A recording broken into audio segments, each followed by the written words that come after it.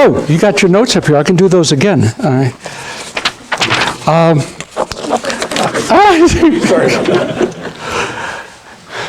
I am actually overwhelmed by your presence here this evening, and thank you very much for coming. Thanks to all of you for sharing your interest in the topic. Let me begin with grateful thanks to Dr. J. Edward Wright. Thank you so much, Dr. Wright, who is the Distinguished Director of the Arizona Center for Jewish and Judaic Studies.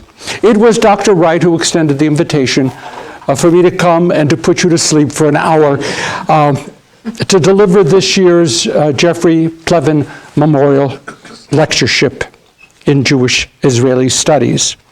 Dr. Wright and his staff facilitated all the arrangements needed to bring my wife, Risa, and me from Santa Monica, and we have a deal that if it goes well this evening, tomorrow they will return us. But it is conditional, and we'll, just let's hope. Delivering this lectureship is, of course, a great honor. And I follow in the footsteps of several very, very significant scholars whose focus was on contemporary Israel. But there is something else. There is something else. Dr. Wright mentioned. As a youngster, Jeffrey Plevin was a student of mine. With the passage of time, Jeffrey began to teach me a great deal about the power of love and about the efficacy of determination, fierce determination. Before his untimely death, Jeffrey and I had become friends.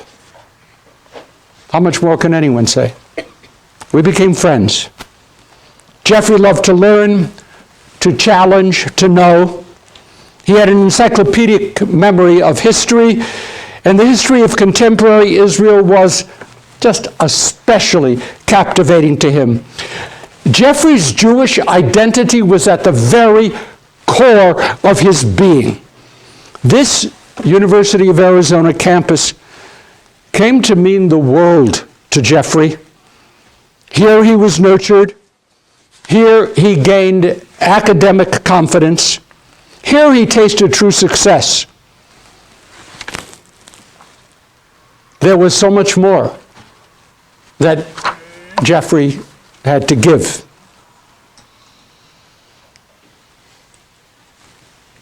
Bialik spoke about having more songs to sing.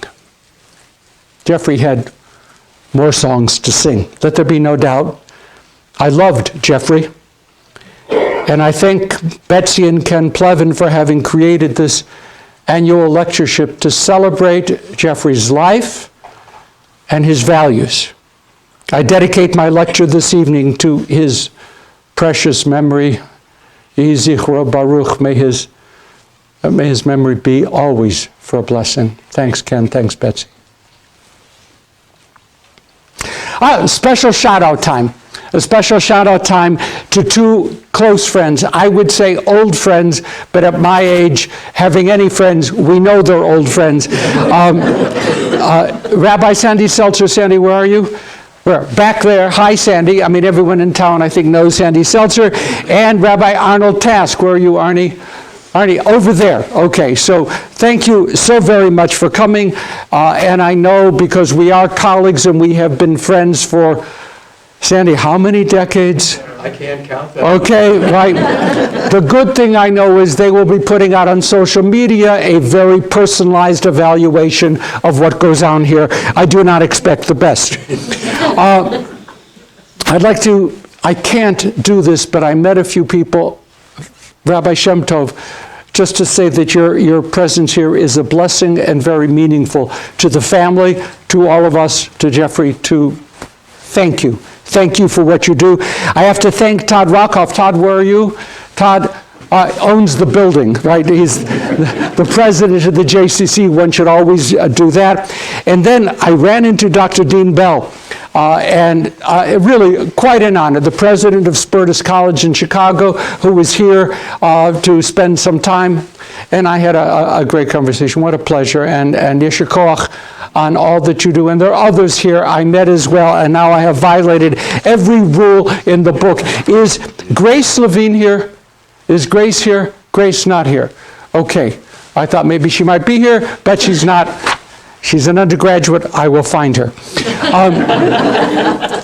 Let me state the obvious to you, my friends. I am not an academic. I am a social justice and political activist, as well as having been a pulpit rabbi for 45 years. I have lectured and taught in diverse settings all across the world. I've edited those 2 books for the Reform movement, and God willing, this you don't know, I am on the way to being green-lighted for number 3. So that's fun too. But I deeply know that I am not one of those academics among you who so nobly and beautifully represent the University of Arizona. So I speak with a strong sense of humility in your presence. It needs to be acknowledged.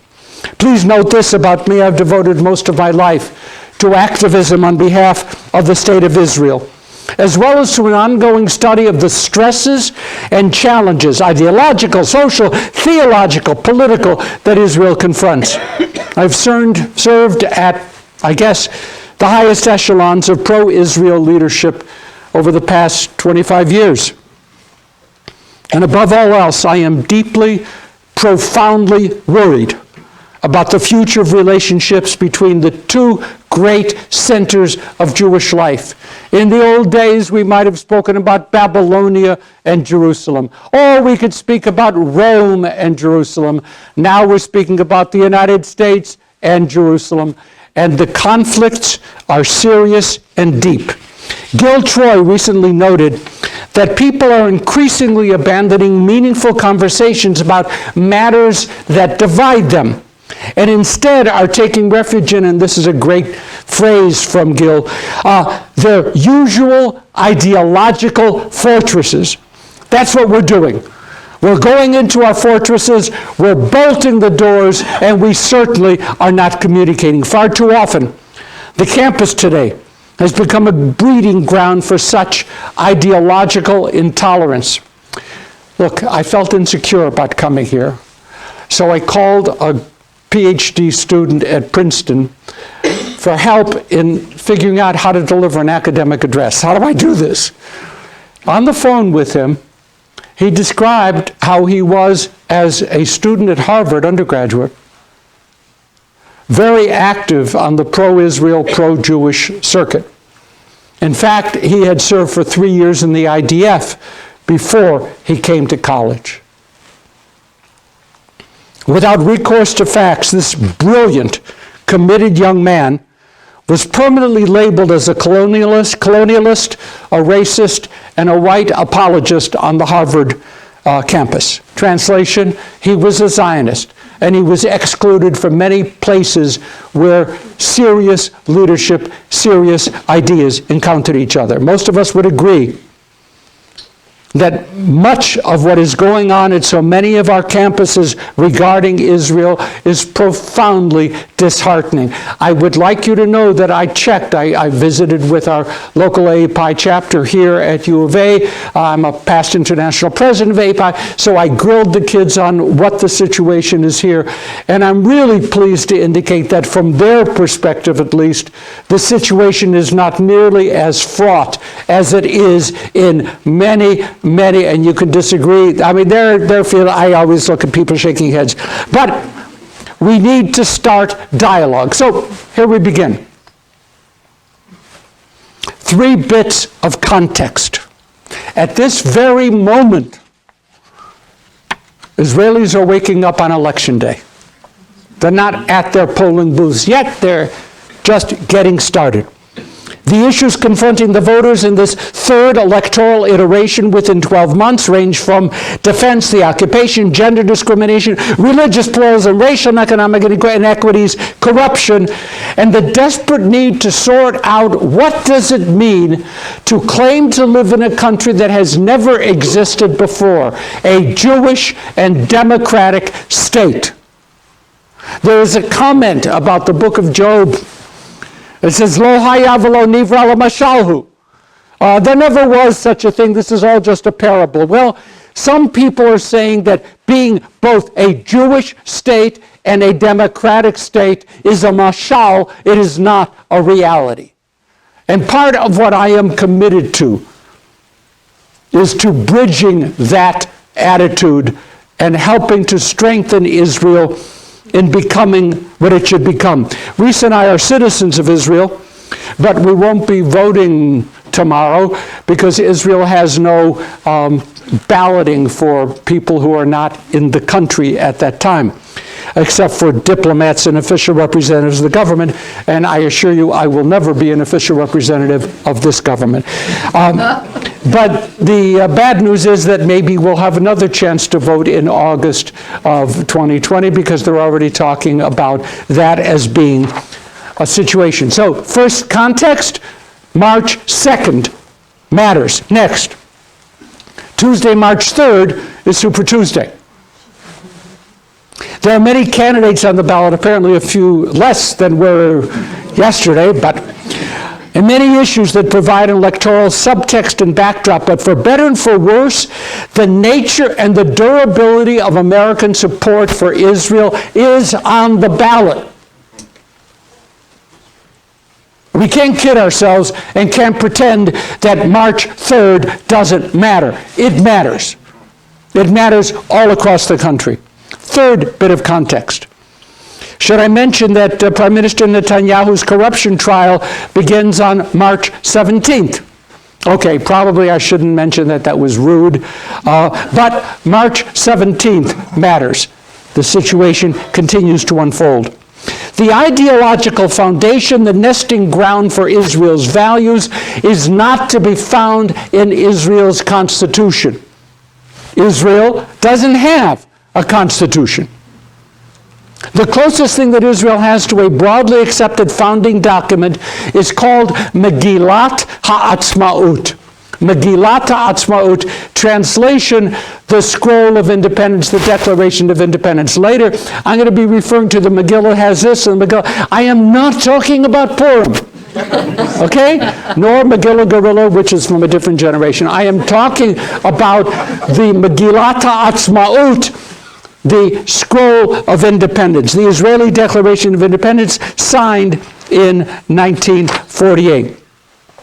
My goal in putting together Deepening the Dialogue was to ask equal numbers of Israeli and American pro-Israel social justice activists, some of the most outstanding public influencers in both societies, to explore the Megillah line by line, in pairs, the American and the Israeli, pairs, and then to thoughtfully consider how present those founding values are in the current state of Israel. As opposed to standing from afar and launching rocket attacks from America on Israeli society, we decided to bring together full and equal partners, social justice activists, to wrestle through with the issues. But we know that Israel's claim to be a Jewish and democratic state is based primarily upon the statements found in the Megillah. But we know also that value statements are just words, mere words. We wanted to know whether those words have actually been translated into deeds. Where yes, and where no. Where has Israel fallen short? Where has Israel met its founding dreams? We wanted to do more than be involved in propaganda on behalf of political forces that have nothing to do with what's going on. But Ecclesiastes, Kohelet warns us against multiplying books. What I didn't want to do was to do another bestseller. The first book sold well. Yay! That wasn't the point. Wasn't the point. This book is the launch pad for projects. It is viewed that way by the entire reform movement and has been accepted as a focus for our ongoing activities. We are hoping to create a new form of Zionism. I hereby label it, you hear it first, social justice Zionism. That's what we want to do. Partnership, Americans and Israelis, influencers, both society, social justice Zionism. A Zionism solely devoted to strengthening Israel as a Jewish and democratic state, according to the imperatives embedded within its own Declaration of Independence. as we debated and studied and wrote and then revised. May I tell you that having literary partners living in Israel while I lived in Santa Monica meant that I was on the phone 2 and 3 o'clock every morning. How much of that was fun? Not a lot. Okay. But we discovered this about contemporary Israel. Here come some factoids. 48% of Israelis consider themselves chilonim, secular. 48. 10% of Israelis consider themselves to be ultra-Orthodox.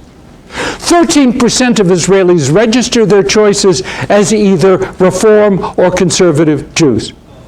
Hold on to that fact. You may not have heard that before. It is nevertheless true.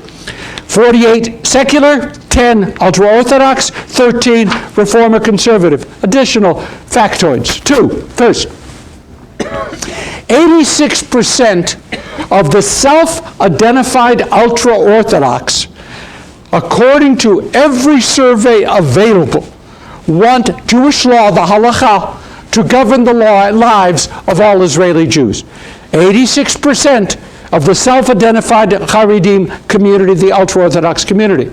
In other words, 86% of Israeli ultra-Orthodox Jews reject the paradigm of a Jewish and democratic state despite what is found in Megillat Ha'atzmaut. We have to deal with that as a reality. Pleasant, unpleasant is irrelevant. It's irrelevant. Secondly, only 64%, this is astonishing, 64% of all Israelis support the notion of diaspora Jewry involvement in advancing religious freedom in Israel. Say that again. 64% of Israelis support our involvement in defending religious pluralism in Israel. Turn it around, 36% of Israelis in general don't want us to get involved. They do not grasp the interrelatedness of the world's two greatest Jewish communities. We have to know what the playing field is. It is not at all clear to many Israelis why a thriving liberal American Jewish community ought to be a major concern for Israelis. That's a serious problem. Our authors then looked at democracy, and I had to learn a few things. Take words seriously. That's one of the big takeaways from tonight. You want to take notes? I'll sign your notes later. Take words seriously. What do I mean? Words are signifiers that operate through language. Words are signifiers that operate through language. Most Americans assume that American democracy is the only legitimate expression of democracy. Our democracy is what democracy is all about, isn't it? But it isn't. That's wrong. American and French forms of democracy emerged out of the Enlightenment. For them, democracy must focus on the protection of individual rights against the tyranny of a majority. Right? Against the tyranny of the majority. Thus, American democracy rejects close church-state ties. You got to fight the tyranny of a majority. But Israel is shaping itself into an ethno-religious state with a major focus on preserving the rights and the status of the majority from the tyranny of minorities.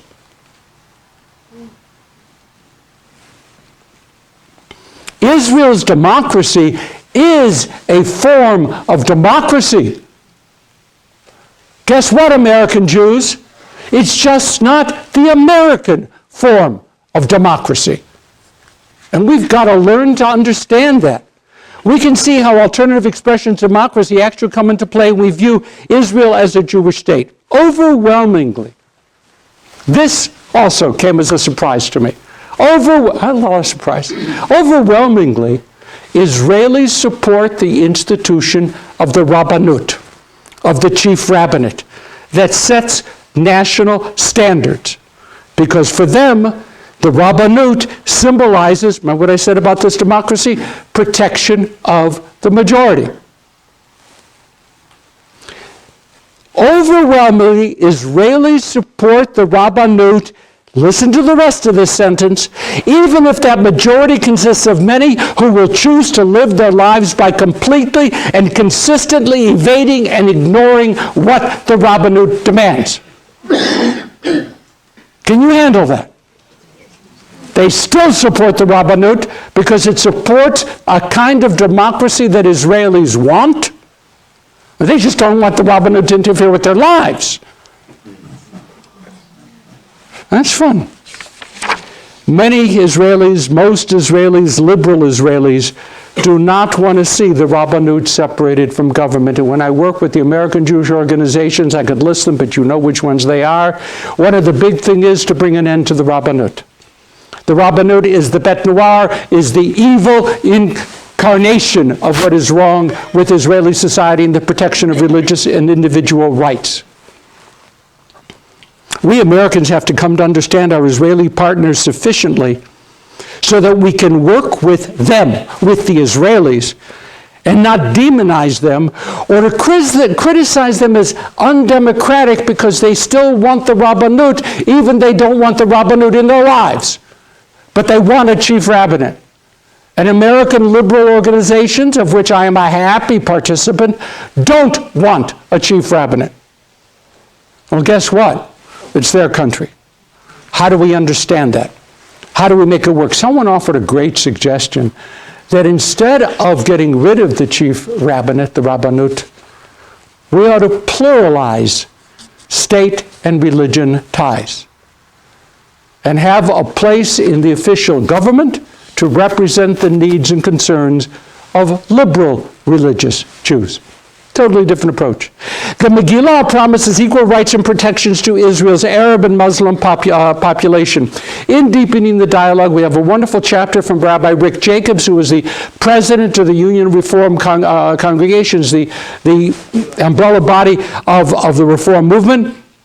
And Rabbi Rick views the Israeli occupation of the West Bank as the core obstacle to sustaining Israel as a Jewish and democratic state. The core obstacle.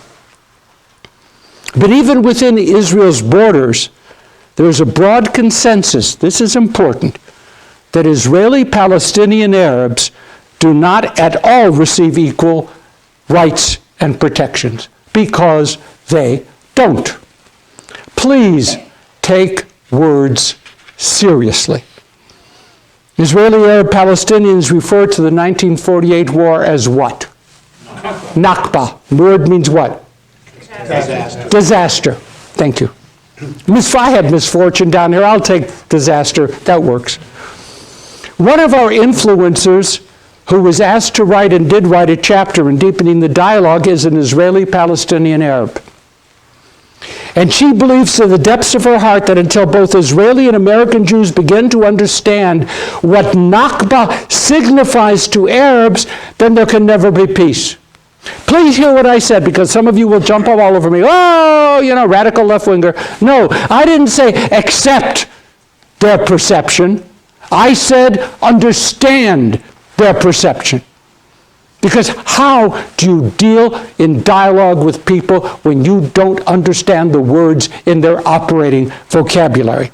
Nakba demands of us that in any serious peace negotiations, proper place must be given to how Palestinian culture has internalized that term as defining their national condition. Did I say we have to accept it? No. But we have to spend some time trying to understand it.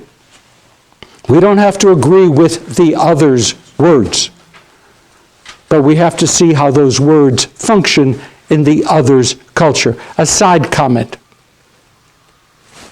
This may be a little hard, and since I'm leaving tomorrow, I don't care, so it doesn't matter. There are 4 separate government-sponsored education systems in Israel. Arab, ultra-Orthodox, Zion Orthodox, and secular. And once again, may I assure you, resting upon a wide array of surveys from the Jewish PPC, the Population Center, great nationally recognized surveys. Arab, ultra-Orthodox, Zionist, Orthodox, secular. In which Israeli school system funded by the national government do we find the strongest anti-democratic attitudes? In the Haredi schools. Like it or not. Like it or not. It's a problem, because by any standard of what it means to embrace democracy Israeli style,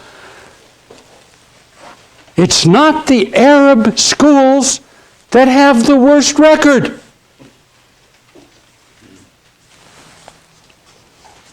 Isn't it worth a while to try to understand how such Palestinians view their world? Isn't it worth looking at? Wait, one more side comment. Do you know that increasing numbers of Haredi women are moving into high-tech jobs in Israel? That's a hidden blessing. People are like totally unaware. It's happening. Okay, grain of salt time. To make it happen, a rabbi is appointed to supervise them at work.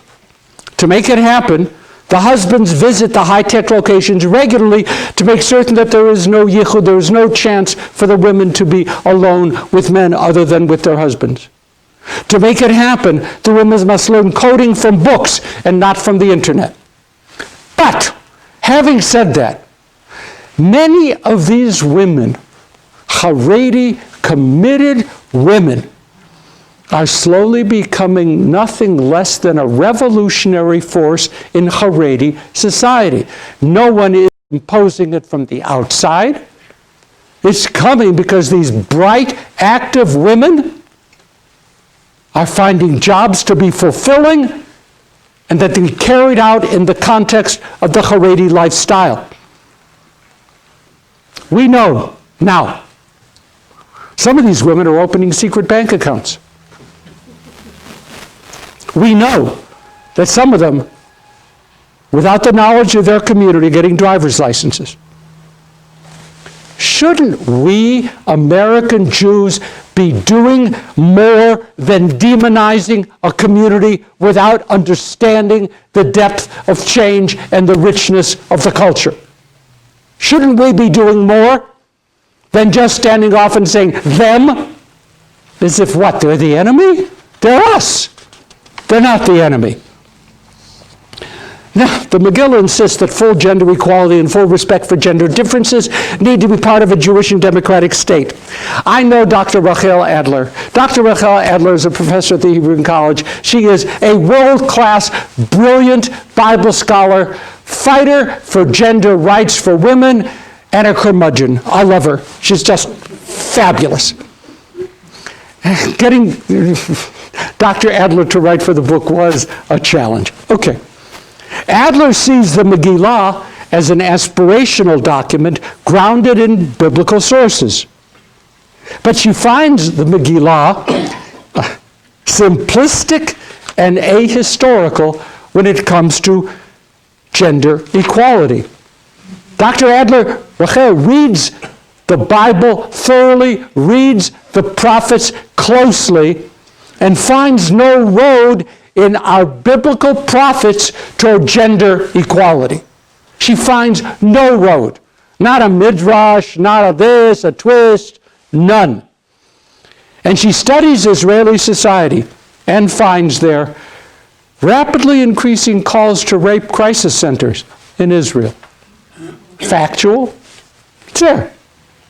Rising reports of sexual harassment in the IDF. Factual, it's there. She sees injustice emerging against women from all sectors of Israeli society. Adler demands that if the values of the Megillah are not now embodied into law, then it is injustice that shall be rising up like waters, and sexism as a mighty stream. And that we may not want. Rabbi Eric Yaffe, former president of the Reform Movement, outspoken advocate for Israel. Dr. Ruth Gavison is one of Israel's greatest legal minds. She is massive. Yaffe and Gavison clashed in Deepening the Dialogue over the infamous nation-state law, which was passed by the Knesset in July 2018. If you haven't looked at the nation-state law, Google it, check it out, 2018, find out why people are very upset. They both, Yaffe and Gavison, both view the nation-state law as a way of sidestepping and even negating some of the core values contained in the Megillah. In a brilliant literary conversation, Yaffe calls for the Megillah to be embraced by the Knesset as one of the Chukei HaYesod, basic laws of Israel. Turn the Megillah, says Yaffe, into law. The basic laws to date do not note or affirm Israel as a democracy, nor the commitment to full equality for all of Israel's citizens. Yaffe asks, shouldn't those aspirations be now embedded in law? Gavison, the brilliant jurist who was blocked from becoming a member of the Israeli Supreme Court because she is a brilliant liberal legal scholar, fears such a debate in Israel's current political climate.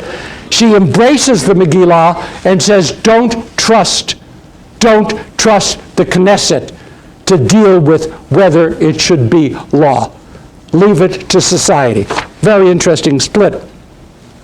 Going forward, I am pleased that efforts are already underway to utilize Deepening the Dialogue as a working platform for full shared conversations among equals. Israeli Jews, American Jews, Jewish and Democratic and Jewish.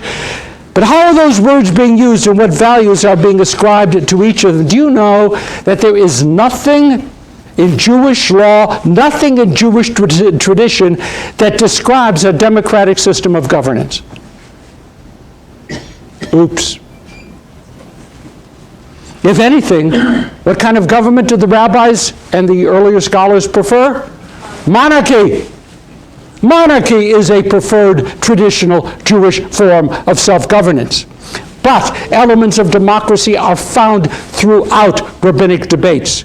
The rule of majority, the preservation of minority positions, respect for arguments, the capacity to see widely divergent opinions as containing within themselves openings for compromise. Elu ve'elu. These both could be, even though divergent, they can be expressions of the divine will. Respect and concern for the other. Demand for universal education, the willingness to treat the law as something always open to flexibility. Dr. Michael Goodman, how many of you heard of Michael Goodman? How many of you know a little bit? Yeah, of course, right. Thanks, Steve. That was, okay. Michael Goodman, one of my teachers, one of Israel's most exciting young public influencers, a member of the faculty of the Sholem Hartman Institute. He recently published an article in The Atlantic. It was entitled 8 Steps to Shrink the Israeli-Palestinian Conflict. Read it. Good thing, in The Atlantic. Now, his topic, not our topic. But he began to view the conflict differently. Even with or even despite the presence of the Trump-Kushner peace initiative, can peace be found between Palestinians and Israel? Not our topic. That's what he said. Can that conflict be managed or shrunk? That's what he says. There are 2 ways of looking at that big conflict: shrink it or manage it. He wants to know which he would prefer. He prefers shrinkage. Michael Goodman suggests that there is a real benefit in getting the journey toward resolution underway, incremental steps. Don't try to solve the whole thing. When you try to solve the whole thing with a big deal of the century, in the language of East Side and here, it ain't going to happen. There is benefit in going for incremental shrinkage. I would like to suggest to you that that was the same approach that we followed within Deepening the Dialogue. We know the stresses and confusions that exist today between the 2 great centers of Jewish life. We know that the post-67 euphoria wasn't going to last, and guess what? It didn't. We knew that the Intifada shattered much of the pro-Israel consensus across the world. It did. What once was so obvious to us about Israel now no longer is so obvious. Israel is being viewed more and more by many liberals and many progressives as being insensitive and uncaring about a wide range of civil and human rights. I wrote this list down with tears. Israel's treatment of its own Palestinian citizens, Israel's treatment of Palestinians in the West Bank, Israel's dramatically rising socioeconomic gaps, Israel's treatment of African asylum seekers, Israel's treatment of non-Orthodox Jewish communities, Israel's treatment of women, Israel's treatment of members of the LGBTQ community, all have served to raise questions about liberal and progressive support for Israel. It doesn't have to stay that way. Along with that, rising contemporary anti-Semitism has melded smoothly with rising contemporary anti-Zionism. That's not today's conversation. You know what I mean. Ideologically different, their practical impact bear deeply disturbing similarities. Too many young people are turning away from Israel out of confusion, outrage, or indifference. Too many influencers, rabbis, American Jewish religious leaders find it reasonable to abandon active concern for Israel and to seek less dangerous occupation of their time elsewhere. Rabbis who won't address Israel on the high holy days, the Yamim Noraim, rabbis who stay away because it's the third rail of American Jewish life. Deepening the Dialogue refuses to accept that Israel was intended by its founders to become just another nation among the nations. We believe that Zionism at its finest is dedicated to creating a Jewish state that would be la'or goyim, a light unto the nation, to be a chevra mofet, an exemplary society. Those of us responsible for deepening the dialogue see in Leonard Cohen's haunting metaphor light moving through the cracks in Zionism's broken world, starting with an unshakable love for and support of the Jewish state. We see healing and hope in charting a new direction. We choose partnership. We choose equality between Israeli and American discussants. We choose collaboration between social justice Zionists, both in Israel and in America. We seek analyses by world-class activists that are intended to launch projects dedicated to change. We seek neither sweeping nor dramatic nor lockstep protection of the status quo or sweeping and dramatic revolutionary changes in Israeli society. Step by step, by people committed to a partnership between the American Jewish community and Israel. So, my friends, we began with a text that still commands universal respect, Megillat Ha'atzmaut, though not, or not yet, a part of Chukei HaYesod, Israel's basic laws. The Megillah embodies Israel's hopes, its aspirations. We believe that if we can help each other understand those values, if we can track how those values operate in Israel, we can collaboratively make a wonderful and positive difference.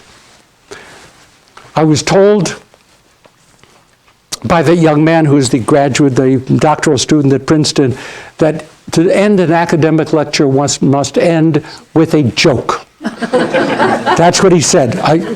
Ed, okay. So here it comes. Do you know that, it's really here. Do you know the difference between an optimist and a pessimist? The Jewish pessimist says, "Oi, things can't get any worse for our people." The Jewish optimist turns to him with a fixed smile and says, "Oh, yes, it can." The Israel of which we dream can yet emerge. We can make it happen. We'll call our work together Social Justice Zionism. Thank you for putting up with me tonight. Im tirtzu ein zo agada.